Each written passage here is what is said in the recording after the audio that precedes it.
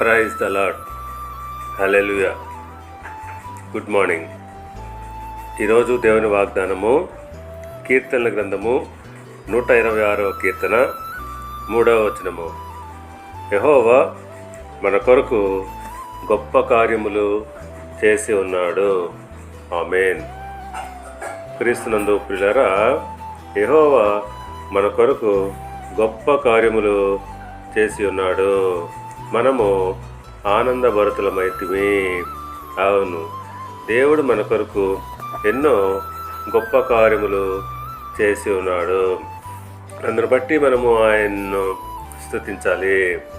యెషయా గ్రంథము 12వ అధ్యాయము 4వ వచనం ప్రకారంగా, యెహోవాను స్తుతించుడి, ఆయన నామమును ప్రకటించుడి, జనములలో ఆయన క్రియలను ప్రచురము చేయుడి.